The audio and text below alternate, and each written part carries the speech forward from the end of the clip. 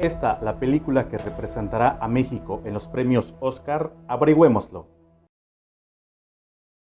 Bueno, por fin llegó la nueva película del director Michel Franco, Nuevo Orden. Es una película que causó polémica en redes sociales por su tráiler y por algunas declaraciones no muy afortunadas que hizo el director. Así que fieles a nuestra política de que para hablar de cine mexicano hay que ver el cine mexicano, nos centraremos mucho más en la película que en el tráiler, que al final de cuentas fue una estrategia publicitaria.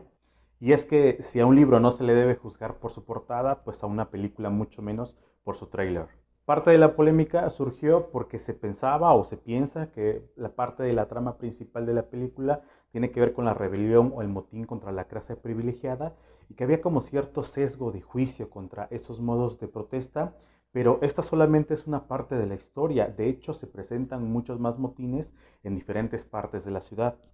La primera secuencia, por ejemplo, nos presenta la famosa boda que vemos en el tráiler y que está muy bien construida, no solamente porque nos narra el inicio y nos presenta muy bien a algunos de los personajes, sino porque se crea realmente una atmósfera de incertidumbre en la como que hay un cierto temor de que algo está amenazando allá afuera, pero al mismo tiempo se nos presenta una actitud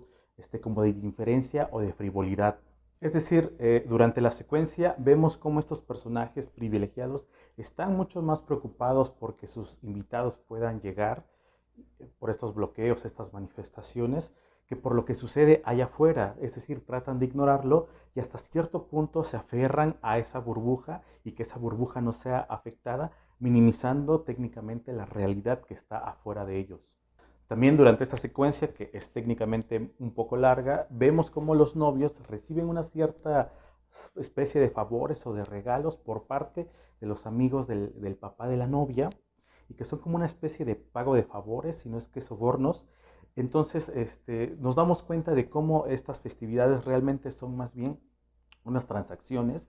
es la palabra que ocupan en la película, entre estos cotos de poder para que entre ellos mismos se protejan.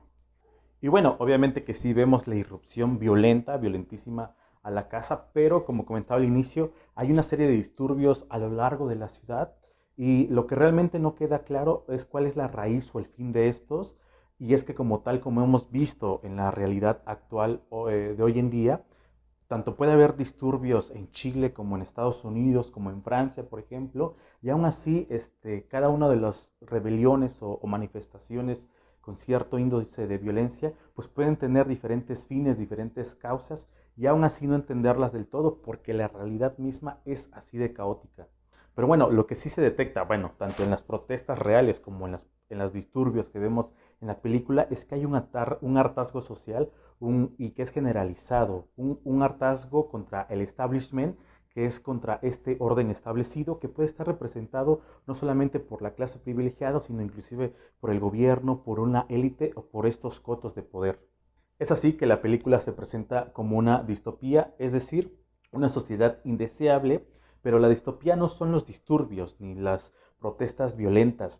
sino la militarización del país, es decir, una especie de dictadura militar. Yo en lo personal respeto mucho la vocación militar, pero también hemos visto que es una de las instituciones más radicales, intolerantes y brutales de la sociedad misma y a lo largo de la historia. No hay que ir muy lejos. En la guerra contra el narco de Felipe Calderón, la violencia se extrapoló y aún en día todavía sufrimos parte de las consecuencias de esa guerra y muchos civiles, muchos inocentes murieron en medio de esta guerra y solamente se les denominó como un daño colateral, sin darles justicia a esas víctimas e inclusive estigmatizándolas. Así que lo que presenta Nuevo Orden es una sociedad distópica gobernada por militares que no están exentos de ser corruptos, vamos, ¿no? Inclusive de ser tiránicos, de ser arbitrarios, cosas que se ponen en evidencia cuando vemos en la película toques de queda, revisiones exhaustivas, asesinatos impunes,